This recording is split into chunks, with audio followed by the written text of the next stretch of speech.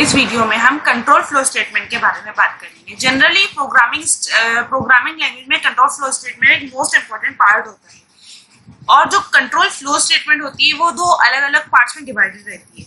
Number 1 होता है conditional statement और नंबर 2 होता है लूपिंग स्टेटमेंट। और साथ में जो इसका पहला टाइप है कंडीशनल स्टेटमेंट, वो भी 3 अलग अलग टाइप्स में डिवाइडेड रहता है, if then else, if then else if और सिलेक्ट केस। तो ये 3 अलग अलग तरीके की कंडीशनल स्टेटमेंट्स होती है जिनके बारे में हम इस वीडियो में बात करेंगे। तो हम सबसे पहले आते हैं किस पर, हमारी कंडीशनल स्टेटमेंट पर। कंडीशनल स्टेटमेंट जनरली मैं आपको बता दूं वर्बली होता क्या है कि कंडीशनल स्टेटमेंट में हम यूजर द्वारा दी गई वैल्यू को 2 या 2 से अधिक कंडीशंस के साथ मैच करते हैं, जिससे कि यूजर द्वारा दी गई वैल्यू जिस भी कंडीशन को मैच करती है उसका स्टेटमेंट एग्जीक्यूट हो जाता है।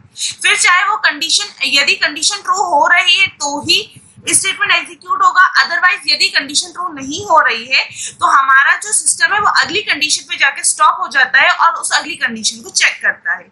इसी तरीके से जब जो सिस्टम है सभी कंडीशंस को चेक करता है और ट्रू नहीं होती हैं तो वो एल्स वाली के पास चला जाता है, जिससे कि एल्स का स्टेटमेंट एग्जीक्यूट हो जाता है।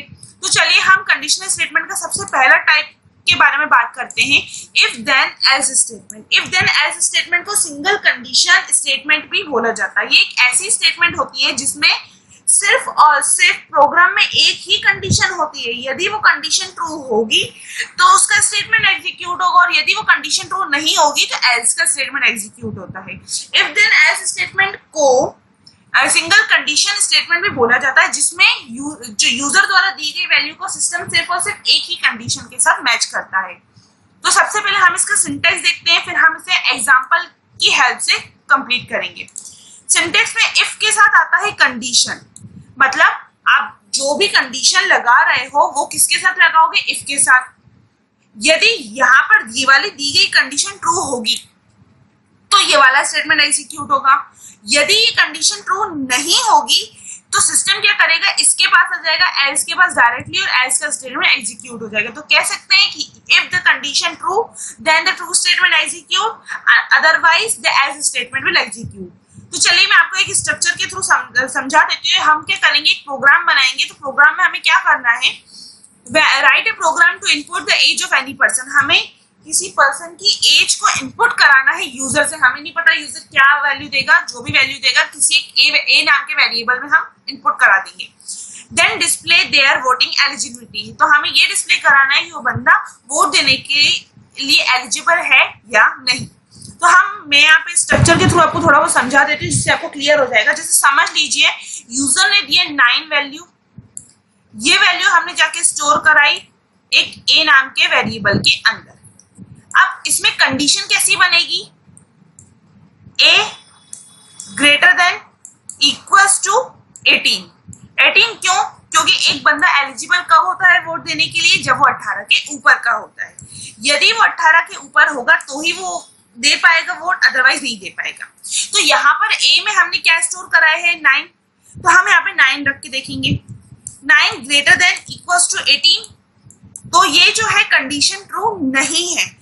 जब कंडीशन ट्रू नहीं होगी तो जो दूसरा स्टेटमेंट होगा एल्स का, वो एग्जीक्यूट होगा। अब यदि समझ लीजिए यूजर ने दिया 29, यदि यूजर ने दिया क्या 29, तो अब एक ही जगह पे हमें क्या रखना होगा 29। तो यहाँ पर ये कंडीशन ट्रू हो रही है, 29 18 से बड़ा है, तो जाहिर सी बात है कंडीशन ट्रू है तो उसका ट्रू स्टेटमेंट एग्जीक्यूट होगा। तो चलिए अब हम इसे एक प्रोग्राम के थ्रू बना के देखेंगे प्रैक्टिकली, जिससे कि और अच्छी तरीके से क्लियर हो जाएगा। तो यहाँ पे मैंने सबलाइम ओपन करके रखा है और इसमें एक फाइल बना रखी जो कि जावा नाम से सेव ऑलरेडी है। मुझे क्या करना है, सिर्फ कोड करना है, कोड करके सेव करना है और सेव करके आपको आउटपुट दिखाना है। तो सबसे पहले हमें क्या करना होगा, सबसे पहले हम स्क्रिप्ट ओपन करेंगे जो कि हेड में होती है, हेड सेक्शन में होती है। स्क्रिप्ट टाइप टेक्स्टलेस जावास्क्रिप्ट और स्क्रिप्ट क्लोज, कुछ इस तरीके से। अब यहाँ पर हमें एक वेरिएबल यूज करना है, तो मैंने वेरिएबल दिया ए सेमीकोलन, कुछ इस तरीके से।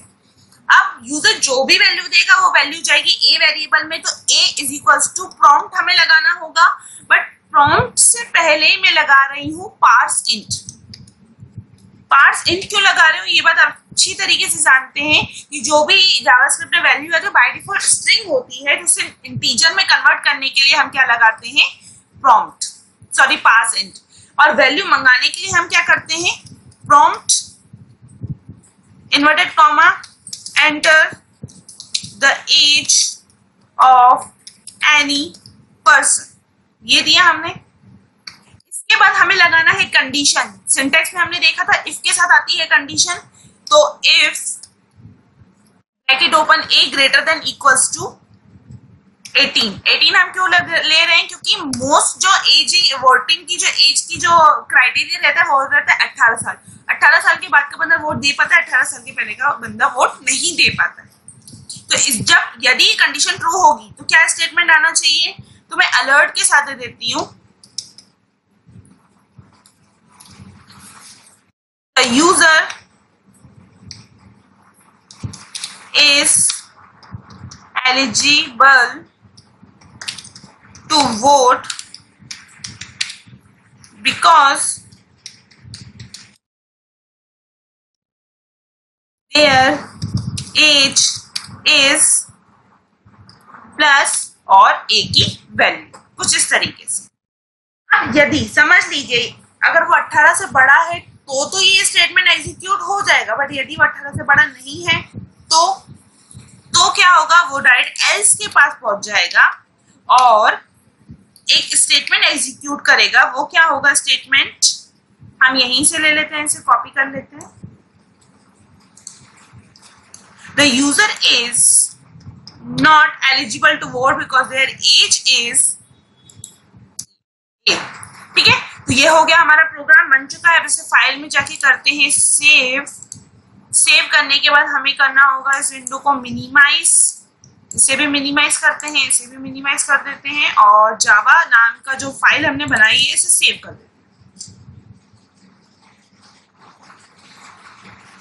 इसे हम क्रोम को ओपन करते हैं।